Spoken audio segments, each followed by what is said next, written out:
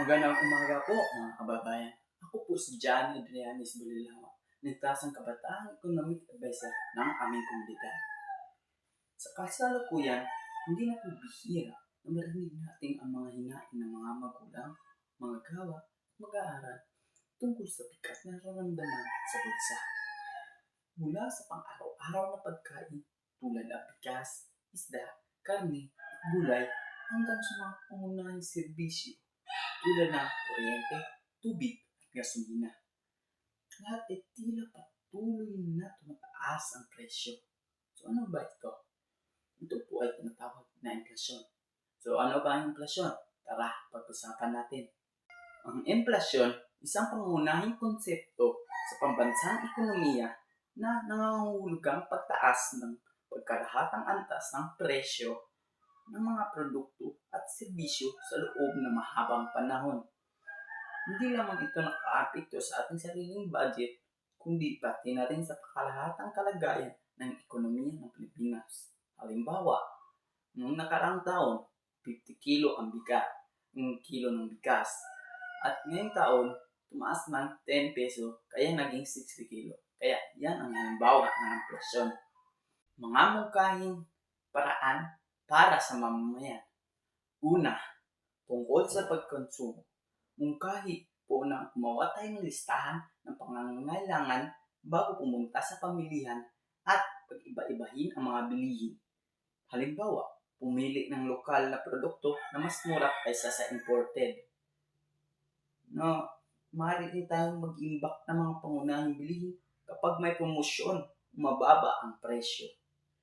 Pangalawa, tungkol sa trabaho at produksyon. Para sa mga gustong magsimula ng maliit na negosyo, maaari tayong pumutok sa mga produktong maaaring gawin sa bahay o komunidad. Tulad ng paggawa ng mga pagkain na pagninegosyo o mga handicraft na bagay. Maaari rin tayong sumali sa mga pagsasanay sa kasanayan na naalok na pamahalaan ng mga pribadong organisasyon para mapataas ang ating kakayahan sa pagtatrabaho. Pangatlo, tungkol sa kaalaman, tungkol sa inflasyon.